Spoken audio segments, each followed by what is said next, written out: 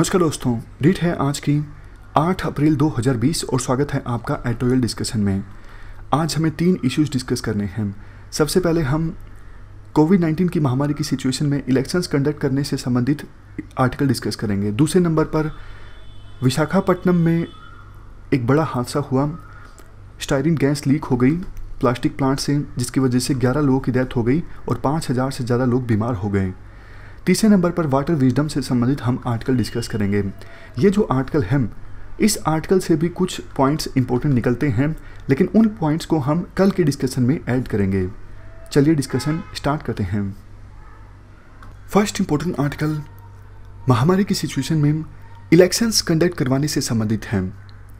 आप GS paper 2 के इस टॉपिक से आर्टिकल को रिलेट कर सकते हो।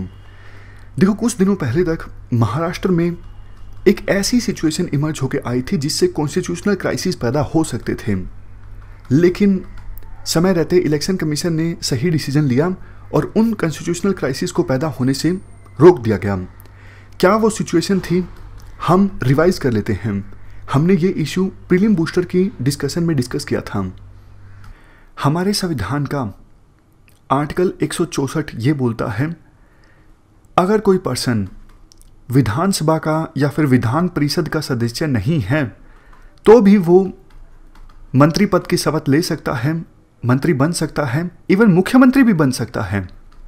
मैं फिर से रिपीट करता हूं, अगर कोई पर्सन विधायक नहीं है, इवन विधान परिषद का सदस्य नहीं है, तब भी वो पर्सन मंत्री बन सकता है, मुख्यमंत्री बन सकता है। लेकिन मंत्री और मुख्यमंत्री पद की शपथ लेने के बाद 6 महीने के अंदर अंदर उस पर्सन को विधायक बनना होगा, यानी विधानसभा या फिर विधान परिषद का सदस्य बनना होगा। अगर वो 6 महीने के अंदर अंदर सदस्य नहीं बनता है विधानसभा का या फिर विधान परिषद का, तो फिर उसे इस्तीफा देना पड़ता है मंत्री पद से। ये प्रोविजन है हमारे संविधान के आर्टिकल 164 में। अब हुआ क्या, उद्धव ठाकरे इन्होंने मंत्री पद की शपथ ली 28 नवंबर 2019 को। तो आर्टिकल 164 के अनुसार 6 महीने के अंदर अंदर इनको विधायक बनना था, यानी 24 मई से पहले 24 मई तो आई नहीं, तो अभी भी इनके पास समय है, ये विधायक बन सकते हैं। बट प्रॉब्लम ये है, कोविड-19 की महामारी के चलते इलेक्शन कमीशन ने सभी राज्यसभा पोल्स को, बाई इलेक्शंस को, सिविक बॉडी इलेक्शंस को पोस्टपोन कर दिया है। मतलब कोई भी इलेक्शन फिलहाल नहीं होगा, इलेक्शन कमीशन ने ऐसा बोला है। तो इलेक्शन नहीं होगा तो फिर उद्धव ठाकरे विधायक कैसे बनेंगे, और 6 महीने के अंदर अंदर विधायक नहीं बनेंगे तो फिर उन्हें मुख्यमंत्री पद से इस्तीफा देना होगा आर्टिकल 164 के अनुसार। तो इसका क्या सॉल्यूशन निकलता है? सॉल्यूशन देखो, इसके 2 हैं, बट सॉल्यूशंस के साथ प्रॉब्लम्स भी अटैच्ड हैं। पहले सॉल्यूशन की बात करें, संविधान के आर्टिकल 171 में ये प्रोविजन है, गवर्नर कुछ एमिनेंट पर्सन्स को जो लिटरेचर की फील्ड से हों, साइंस की फील्ड से हों, आर्ट, कोऑपरेटिव मूवमेंट या फिर सोशल सर्विस की फील्ड से हों, ऐसे एमिनेंट पर्सन्स को गवर्नर नॉमिनेट कर सकते हैं विधान परिषद यानी लेजिस्लेटिव काउंसिल का मेंबर। टोटल ऐसे कितने मेंबर्स लेजिस्लेटिव काउंसिल में नॉमिनेट किए जा सकते हैं गवर्नर के द्वारा? आप ये देख लीजिए, पूरी लिस्ट है। लेजिस्लेटिव काउंसिल में देखो, 1/3 जो मेंबर्स हैं वो तो इलेक्ट किए जाते हैं लोकल बॉडीज़ के द्वारा, 1/3 इलेक्ट किए जाते हैं स्टेट लेजिस्लेटिव असेंबली के मेंबर्स के द्वारा, 1/6 नॉमिनेट किए जाते हैं गवर्नर के द्वारा, 1/12 चुने जाते हैं टीचर्स के द्वारा और 1/12 चुने जाते हैं ग्रेजुएट्स के द्वारा। तो इस प्रकार से विधान परिषद के मेंबर्स का चुनाव होता है। खैर, हमारा इशू अभी फिलहाल अलग है। ये एक सॉल्यूशन हो सकता है कि गवर्नर जो हैं वो उद्धव ठाकरे को सोशल सर्विस फील्ड से नॉमिनेट कर दें लेजिस्लेटिव काउंसिल का मेंबर। तो इससे उद्धव ठाकरे का काम चल जाएगा, वो मुख्यमंत्री पद पर बने रहेंगे। बट देखो, क्वेश्चन ये उठता है, क्या कोई सीट वैकेंट है? गवर्नर तो तभी नॉमिनेट कर सकेंगे ना उद्धव ठाकरे को सोशल सर्विस की फील्ड से, अगर कोई सीट वैकेंट होगी। इसका आंसर है यस। अभी फिलहाल 2 सीट्स वैकेंट हैं। बट देखो, प्रॉब्लम खत्म नहीं हुई है, अब फिर से नई प्रॉब्लम आ गई। 2 सीट तो वैकेंट है, but representation of people act 1951 का सेक्शन 151 ये बोलता है लेजिस्लेटिव काउंसिल में वैकेंट सीट पर किसी का इलेक्शन या फिर नॉमिनेशन उस कंडीशन में नहीं हो सकता अगर जिस मेंबर की वजह से सीट खाली हुई है उसका कार्यकाल 1 साल से कम का बचा हो। मैं आपको एग्जांपल बताता हूं, सिंपली ये चीज समझ में आ जाएगी। एक सेकेंड आप रुकिए। मान लीजिए कोई मेंबर था एबीसी, वो मेंबर था विधान परिषद का और उस मेंबर का कार्यकाल खत्म होना था 25 जून 2020 को, लेकिन उस मेंबर ने पहले ही इस्तीफा दे दिया। मान लीजिए 25 जनवरी 2020 को इस्तीफा दे दिया, तो कितना कार्यकाल बाकी था? कार्यकाल बाकी था 4-5 महीने का। तो अपने कार्यकाल को कंप्लीट होने से 4 या 5 महीने पहले ही उस मेंबर ने इस्तीफा दे दिया था। तो ऐसी कंडीशन में इलेक्शन नहीं होगा। फिर से अगर 1 साल से ज्यादा का कार्यकाल बचा होता ना, तभी इलेक्शन होता। तो जिन 2 मेंबर्स ने इस्तीफा दिया है, जिन 2 मेंबर्स की वजह से सीट खाली हुई है, उनका कार्यकाल देखो 1 साल से कम का बाकी है। तो ऐसी कंडीशन में उन सीट्स पर इलेक्शन नहीं हो सकता। यह कहता है रिप्रेजेंटेशन ऑफ पीपल एक्ट 1951 का सेक्शन 151A। तो पहला सॉल्यूशन तो काम नहीं करता उद्धव ठाकरे के लिए। बात करते हैं दूसरे सॉल्यूशन की। दूसरा सॉल्यूशन यह है कि उद्धव ठाकरे इस्तीफा दे दें मुख्यमंत्री पद से। फिर से 3 पार्टियों ने जो सरकार बना के रखी है महाराष्ट्र में, कांग्रेस, एनसीपी, शिवसेना, तीनों पार्टीज के जो एमएलए हैं, फिर से उद्धव ठाकरे को अपना लीडर चुन ले। फिर से गवर्नर को ये सारे एमएलएज अपना समर्थन पत्र दे दें और उद्धव ठाकरे एक इस्तीफा देकर एक बार फिर से नए सपोर्ट के साथ मुख्यमंत्री पद की शपथ लें। फिर से उन्हें 6 महीने मिल जाएंगे। ऐसा देखो पहले हो भी चुका है। कांग्रेस के तेज प्रकाश सिंह ये 1995 में एज ए मिनिस्टर अपॉइंट किए गए थे। तो कायदे के अनुसार आर्टिकल 164 के अंडर इन्हें 6 महीने के अंदर अंदर विधायक बनना था। ये नहीं बने, इन्होंने इस्तीफा दे दिया गवर्नर को, लेकिन एक बार फिर से इनको मिनिस्टर अपॉइंट कर दिया। तो मामला पहुंचा सुप्रीम कोर्ट में। सुप्रीम कोर्ट ने 2001 में बोला भैया ऐसे नहीं हो सकता, ये तो अनडेमोक्रेटिक है, इनवैलिड है, अनकॉन्स्टिट्यूशनल है। हमारे संविधान निर्माताओं ने आर्टिकल 164 ऐड किया तो कोई सोच समझ के ही किया था ना। अगर आपको 5 साल का कार्यकाल ऐसे ही बिताना है कि हाँ 6 महीने तक आप इलेक्ट नहीं हुए, आपने इस्तीफा दे दिया, लेकिन फिर से आपको अपॉइंट कर दिया, 6 महीने पूरे हो गए, फिर से इस्तीफा दे दिया, फिर से अपॉइंट हो गए, तो फिर तो आर्टिकल 164 का कोई मतलब ही नहीं बनता। तो सुप्रीम कोर्ट ने इस पर कड़ा ऐतराज जताया था, ये अनडेमोक्रेटिक है, इनवैलिड है, अनकॉन्स्टिट्यूशनल है।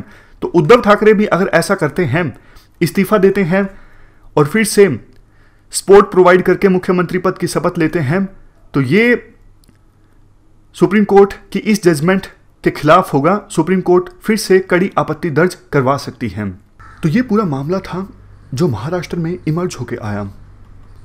बट देखो ये सिचुएशन सोल्व हो गई कैसे? इवेंचुअली इलेक्शन कमीशन ने ये डिसाइड किया, महाराष्ट्र लेजिस्लेटिव काउंसिल में 9 सीट्स जो वैकेंट हैं उन पर इलेक्शन कंडक्ट करवाया जाएगा 21 मई को। तो 21 मई को इलेक्शन कंडक्ट होगा महाराष्ट्र की लेजिस्लेटिव काउंसिल की खाली 9 सीटों के लिए। इन इलेक्शंस में उद्धव ठाकरे जीत जाएंगे और वो मुख्यमंत्री बने रहेंगे।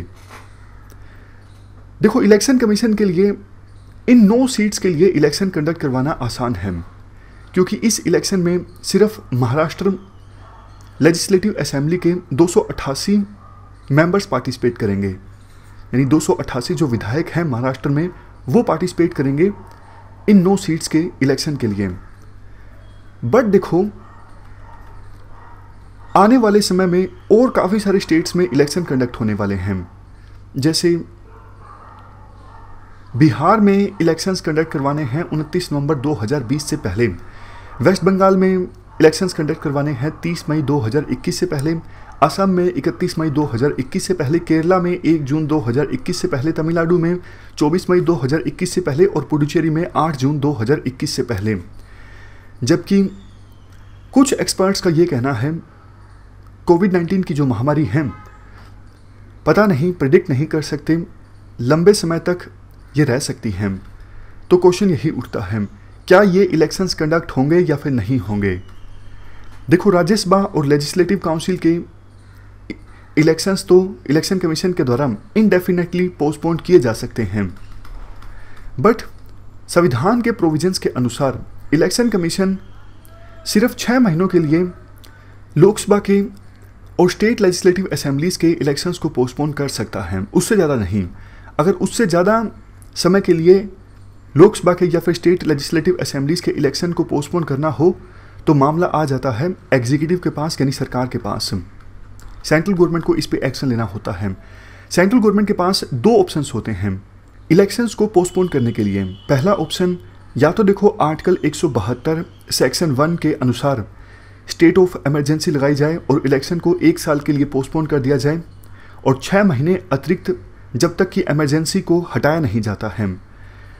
बट देखो, आपको पता है स्टेट ऑफ इमरजेंसी तो तभी डिक्लेयर की जा सकती है अगर देश की सिक्योरिटी को कोई खतरा हो, देश की सॉवरेनिटी को कोई खतरा हो। लेकिन महामारी देश की सिक्योरिटी और सॉवरेनिटी को खतरा नहीं है, तो इस प्रोविज़न का इस्तेमाल करके कायदे से इलेक्शन को 1 साल के लिए पोस्टपोन नहीं किया जा सकता है। दूसरा ऑप्शन सेंट्रल गवर्नमेंट के पास ये है कि स्टेट में प्रेसिडेंट रूल लगा दिया जाए आर्टिकल 356 सेक्शन 1 के अनुसार। बट देखो, ये भी नहीं लगाया जा सकता क्योंकि सुप्रीम कोर्ट के द्वारा कंडीशंस साफ तौर पर काफ़ी सारी जजमेंट्स के सहायता से बताई हुई है कि किस किस सिचुएशन में प्रेसिडेंट रूल लगाया जा सकता है। महामारी एक सिचुएशन नहीं है राइटर के अनुसार। राइटर इलेक्शन कमीशन के चीफ कमिश्नर पहले रह चुके हैं, अब रिटायर्ड हैं। तो क्या होना चाहिए राइटर के अनुसार? देखो, अभी 9 देशों ने महामारी होते हुए भी इलेक्शंस कंडक्ट करवाए हैं या फिर किसी प्रकार का रेफरेंडम आयोजित करवाया है, और उनमें से सबसे मेन है साउथ कोरिया। साउथ कोरिया ने हाल ही में इलेक्शंस कंडक्ट करवाए स्ट्रिक्ट गाइडलाइंस के साथ और वोटिंग परसेंटेज रहा 66.2%। ये साउथ कोरिया के पिछले 28 सालों के इलेक्शंस में सबसे ज़्यादा वोटिंग परसेंटेज था। तो क्या हमारा जो इलेक्शन कमीशन है वो भी महामारी की सिचुएशन में इलेक्शंस कंडक्ट करवा सकता है या फिर नहीं? राइटर का आंसर है यस, इलेक्शंस कंडक्ट करवाना जरूरी है, क्योंकि अगर इलेक्शंस नहीं कंडक्ट करवाए जाते हैं तो ये डेमोक्रेसी की स्पिरिट के अगेंस्ट होगा, ये फेडरलिज्म की भी स्पिरिट के अगेंस्ट होगा। वेस्ट बंगाल की सरकार तो बोल सकती है ना, भैया करवाओ इलेक्शन, क्यों आप डिले करवा रहे हो? डेमोक्रेसी और फेडरलिज्म ये हमारे संविधान के 2 बहुत ही इंपॉर्टेंट बेसिक कंपोनेंट्स हैं।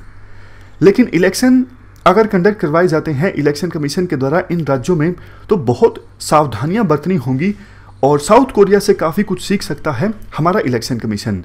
जैसे देखो, साउथ कोरिया में जब इलेक्शन कंडक्ट करवाए गए तो पोलिंग सेंटर्स को पहले डिसइंफेक्ट करवाया गया, फिजिकल डिस्टेंसिंग का बहुत ज़्यादा ख्याल रखा गया, वोटर्स के द्वारा और ऑफिशियल्स के द्वारा ग्लोव्स पहने गए, मास्क लगाया गया, हैंड सैनिटाइजर का इस्तेमाल किया गया, पोलिंग स्टेशंस पर टेम्परेचर भी चेक किया गया वोटर्स का, और जिस वोटर का टेम्परेचर ज़्यादा मिला उसे अलग से ले जाया गया, उसको अलग करके रखा गया, बाद में हॉस्पिटल भी ले जाया गया।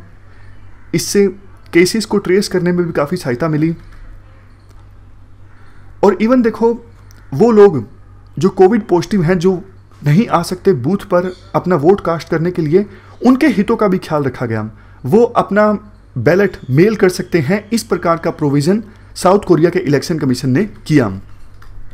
और वो लोग जिनको क्वारंटीन के लिए कहा गया है उनको अलाउ किया गया कि आप 6 बजे के बाद आकर वोट दे सकते हो। हमारा इलेक्शन कमीशन देखो ये सब इंश्योर करने में सक्षम है, हालांकि थोड़े ज़्यादा प्रयास करने होंगे। और साउथ कोरिया से ज़्यादा है बिहार की पॉपुलेशन, अगर पर्टिकुलरली बिहार की बात करें। हमारे यहाँ पहले भी प्रॉक्सी वोटिंग के प्रोविज़न का इस्तेमाल किया गया है सरकारी कर्मचारियों के लिए जिनकी ड्यूटी और कहीं होती है।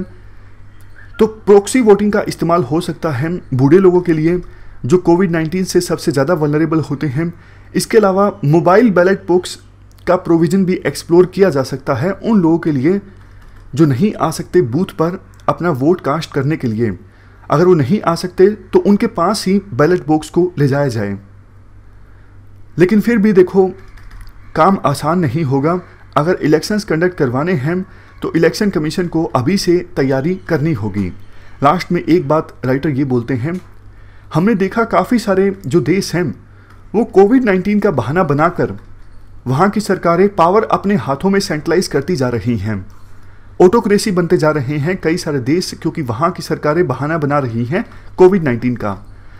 हमारी जो डेमोक्रेसी है इंडिया की, बहुत ही मैच्योर डेमोक्रेसी है, तो हमारी डेमोक्रेसी क्या करेगी ये अब देखना बाकी है। चलते हैं आगे। नेक्स्ट आर्टिकल डिजास्टर मैनेजमेंट से संबंधित है। आप जीएस पेपर 3 के इस टॉपिक से आर्टिकल को रिलेट कर सकते हो। देखो, आंध्र प्रदेश के विशाखापट्टनम में, गोपालपट्टनम में एक प्लास्टिक का प्लांट है। यहाँ पर एक टॉक्सिक गैस रिलीज हो गई जिसका नाम है स्टायरीन। लॉकडाउन की वजह से 1.5 महीने तक ये फैक्ट्री बंद थी। 1.5 महीने बाद चालू करने की कोशिश की गई, तो इसी बीच ये जहरीली गैस लीक हो गई स्टायरीन, और प्लांट के आसपास 3 किलोमीटर तक का जो एरिया है वो प्रभावित हुआ। अभी तक 11 लोगों की डेथ हो गई है और 5000 के आसपास लोग बीमार हैं, क्योंकि ये जो गैस है अनकॉन्शियसनेस लाती है, मतलब बेहोशी आती है। इस गैस की वजह से सांस लेने में दिक्कत आती है। ये तो देखो सिर्फ शॉर्ट टर्म इम्पैक्ट है, वैसे कुछ एक्सपर्ट्स ये भी बोल रहे हैं काफ़ी क्रोनिक इफ़ेक्ट्स भी हो सकते हैं इस गैस की वजह से, जैसे कैंसर हो सकता है, आइस की जो पावर है वो कम हो सकती है, सुनने की शक्ति कम हो सकती है। तो जो लोग इस गैस के चपेटे में आए हैं उन पर लॉन्ग टर्म इम्पैक्ट भी पड़ सकता है। इसलिए देखो, सबसे पहली तो जिम्मेदारी सरकार की ये होनी चाहिए, जो भी लोग बीमार हुए हैं उनको बढ़िया से बढ़िया मेडिकल केयर प्रोवाइड की जाए, ताकि कम से कम लॉन्ग टर्म इफ़ेक्ट इस गैस का बीमार हुए लोगों पर कम से कम हो। इसके अलावा सरकार की जिम्मेदारी ये भी बनती है प्रॉपर कंपनसेशन दी जाए उन लोगों को जो इस गैस के चपेटे में आए हैं। अब देखो, क्वेश्चन ये उठता है कि आखिरकार क्या हुआ, गलती किसकी थी। वैसे तो देखो, ये जो फैक्ट्री थी ये schedule of manufacture, storage and import of hazards chemical rules 1989 के अंतर्गत आती थी, और इस एक्ट के अंदर जो केमिकल्स आते हैं उनके रख रखाव के लिए स्ट्रिक्ट गाइडलाइंस सरकार के द्वारा जारी की हुई हैं। कुछ लोग ये भी बोल रहे हैं कि 1.5 महीने तक ये प्लांट बंद था, तो चालू करने की जो जिम्मेदारी थी वो अनस्किल्ड लोगों को दी गई, ऐसे लोगों को दी गई जिनके पास प्रॉपर स्किल्स नहीं थी, और उन्होंने ठीक से इस फैक्ट्री को चालू नहीं किया, तभी बीच में ये जो गैस थी वो लीक हो गई। देखो, ये तो अब जांच के बाद ही पता लगेगा कि गलती कहाँ हुई, क्या वास्तव में अनस्किल्ड लोगों को जिम्मेदारी दी गई थी या फिर नहीं, या फिर कुछ और मिस्टेक हुई है प्लांट ऑपरेटर्स की तरफ से। लेकिन हाँ, एक बात ज़रूर है, देखो इंडिया में इस प्रकार की न जाने कितनी फैक्ट्रीज और कितने प्लांट्स बंद हुए लॉकडाउन की वजह से, अब वो भी धीरे धीरे स्टार्ट होंगे। तो जो हादसा गोपालपट्टनम में देखने को मिला, ये हादसा कहीं और ना देखने को मिले, इसके लिए प्रॉपर सावधानी बरतने की आवश्यकता है, और सरकार इसके लिए प्रॉपर गाइडलाइंस जारी भी करे कि कैसे जो फैक्ट्री के मालिक हैं या फिर ऑपरेटर्स हैं वो रूल्स को फॉलो कर सकते हैं इस प्रकार के हादसों को अवॉइड करने के लिए। वैसे भी देखो, इंडिया अब अपने आप को मैन्युफैक्चरिंग हब इस्टाब्लिश करना चाहता है, तो इस प्रकार के हादसों को अवॉइड करने के लिए जो ओवरसाइट है, यानी देखरेख है, रेगुलेशन है, वो और ज़्यादा टाइट होना चाहिए, ताकि इस प्रकार से जो जानें गई हैं इस हादसे की वजह से, और पहले भी एक बहुत दर्दनाक हादसा हुआ था, आपको याद होगा 1984 में भोपाल में। उस समय मिथाइल आइसोसाइनेट, यही नाम था गैस का, मिथाइल आइसोसाइनेट गैस लीक हुई थी। हालांकि देखो, वो गैस तो बहुत ही ज़्यादा खतरनाक थी, और कंपैरेटिवली ये स्टायरीन गैस जो है ये ह्यूमन बींग्स को उतना नुकसान नहीं पहुंचाती। लेकिन हाँ, जाने तो गई हैं, 11 लोगों की जानें गई हैं, और भी लोगों की जानें जा सकती हैं, क्योंकि काफ़ी लोग सीरियसली बीमार हैं। तो बात हम ये कर रहे थे कि पहले भी इस प्रकार के हादसे हुए हैं और फिर से ये हादसा हुआ है। सरकार चाहती है कि इंडिया मैन्युफैक्चरिंग हब बने, तो रेगुलेशन काफ़ी टाइट होना चाहिए, ताकि फ्यूचर में इस प्रकार के हादसों को अवॉइड किया जा सके। चलते हैं आगे। नेक्स्ट आर्टिकल वाटर विजडम से संबंधित है। आप जीएस पेपर 3 के इस टॉपिक से आर्टिकल को रिलेट कर सकते हो। देखो, वाटर एक कॉमन पूल नेचुरल रिसोर्स है। वाटर की इम्पोर्टेंस कितनी ज़्यादा है आपको भी पता है।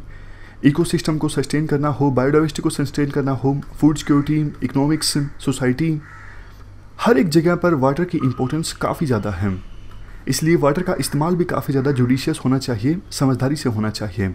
और देखो, इंडिया जैसी डेवलपिंग कंट्रीज़ जहाँ पे पॉपुलेशन काफ़ी ज़्यादा है और हमारी जनता का एक बड़ा हिस्सा एग्रीकल्चर पर डिपेंडेंट है, फिशरी पर डिपेंडेंट है, फॉरेस्ट्री पर डिपेंडेंट है, तो ऐसे में वाटर की इम्पोर्टेंस और भी ज़्यादा बढ़ जाती है।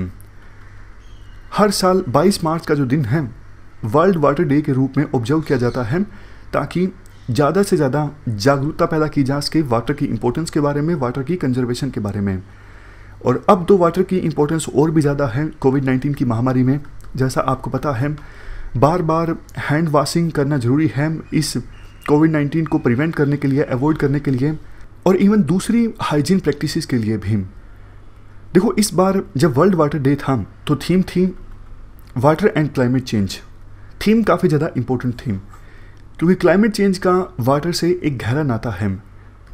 देखो, क्लाइमेट चेंज का काफ़ी नेगेटिव इम्पैक्ट पड़ता है इंडिविजुअल्स पर, कम्युनिटी पर, और ये नेगेटिव इम्पैक्ट प्राइमरीली वाटर के थ्रू ही इम्प्लीमेंट होता है। मैं आपको एग्जांपल की सहायता से बताता हूँ। देखो, क्लाइमेट चेंज की वजह से सीज़ में पानी का लेवल बढ़ रहा है, तो कोस्टल एरियाज़ के जो लोग हैं वो डिस्प्लेस हो रहे हैं। इवन कोस्टल एरियाज़ में फ्रेश वाटर की भी कमी हो रही है सैलिनिटी बढ़ने की वजह से। ये एक एग्जांपल है। आप दूसरा एग्जांपल देखिए, क्लाइमेट चेंज की वजह से वो रीजन जो ऑलरेडी वेट हैं, जहाँ पे अच्छी खासी बारिश होती है, वो और ज़्यादा वेट हो रही हैं, वहाँ पे और ज़्यादा बारिश आने लगी है। जबकि ऐसे रीजन से जहाँ पर पानी की कमी रहती है, सूखा ज़्यादा आता है, वो और ज़्यादा सूखा का शिकार हो रहे हैं। समझ गए? मतलब तो एक क्लाइमेट चेंज की वजह से एक रीजन में पानी ज़्यादा होने की समस्या है, जबकि दूसरे रीजन में पानी कम होने की समस्या है, और वो और ज़्यादा गंभीर होती जा रही है। आपने ये बात बार बार सुनी होगी कि मानसून आजकल काफ़ी बार ऐसा आता है, मतलब बारिश ऐसी होती है कि 2-3 दिनों में ही बहुत ज़्यादा बारिश हो जाती है। होना ऐसा चाहिए ना कि रेगुलरली बारिश होती रहे, समय समय पर थोड़ी थोड़ी, तब किसानों को भी ज़्यादा फ़ायदा होता है और जनता को भी ज़्यादा फ़ायदा होता है। लेकिन ऐसा पहले के कंपैरिजन में कम हो रहा है। बाढ़ ज़्यादा आ रही है कई रीजन्स में, इससे भी बहुत ज़्यादा नुकसान हो रहा है। तो ये हमने कुछ एग्जाम्पल्स समझे कैसे क्लाइमेट चेंज का नेगेटिव इम्पैक्ट जनता पर होता है, चाहे कम्युनिटी की बात करें या फिर इंडिविजुअल्स की बात करें, और उसका प्राइमरी मीडियम वाटर है। पानी की कमी का असर इकोनॉमी के हर एक एस्पेक्ट पर पड़ता है, जैसे drinking water, sanitation, health, food production, energy generation, industrial manufacturing, environment, sustainability, और सबसे लास्ट में सस्टेनेबल डेवलपमेंट गोल्स को अचीव करने की बात। तो लास्ट में राइटर के द्वारा सजेशंस दिए जाते हैं। देखो, वैसे तो सरकार ने क्लाइमेट चेंज को एड्रेस करने के लिए मिटिगेशन स्ट्रेटजीज़ को अपनाया है। सरकार ने 8 मिशंस को भी अडोप्ट किया है national action plan on climate change में, और 8 मिशंस में से एक है वाटर मिशन। लेकिन वाटर को कंजर्व करने के लिए हमें इफ़ेक्टिव पॉलिसीज़ की आवश्यकता है, हमें लोकल गवर्नमेंट, कॉरपोरेट्स, NGOs के सपोर्ट की आवश्यकता है, साथ की आवश्यकता है। पुराने समय में हमारे देश में वाटर को कंजर्व करने का एक बहुत ही हेल्दी कल्चर था। हमें उस हेल्दी कल्चर को फिर से रिवाइव करने की आवश्यकता है। जैसे पॉन्ड्स की सहायता से, टैंक्स की सहायता से जो एक्सेस रेन वाटर है उसे स्टोर करके रखा जाए, हमारे जो एक्यूफायर्स हैं उन्हें रिजुवनेट किया जाए। ये हमारा पहला रिच ट्रेडिशन था और इसको हमें फिर से रिवाइव करने की आवश्यकता है। इसके अलावा जनता को जागरूक करना होगा क्लाइमेट रिजिलियंट एक्शंस के बारे में, जैसे कार्बन सिंक्स को प्रोटेक्ट करना, for example oceans, wetlands, mangroves, इनको प्रोटेक्ट करना, क्लाइमेट स्मार्ट एग्रीकल्चर टेक्निक्स को अडोप्ट करना, रेन वाटर को हार्वेस्ट करना, स्टोर करके रखना, वेस्ट वाटर को फिर से रीयूज़ करना, वाटर का अच्छे से समझदारी से इस्तेमाल करना, वेस्ट ना करना। ये सब आदतें हमें हर एक सिटीजन में इनकलकेट करनी होगी। तो ये पूरा आर्टिकल था राइटर का वाटर कंजर्वेशन से संबंधित। ये थी हमारी आज की डिस्कशन। आज हमने 3 इश्यूज़ पे फोकस किया। सबसे पहले इलेक्शंस, दूसरे नंबर पर स्टायरीन गैस और तीसरे नंबर पर water conservation. Thank you very much for discussion.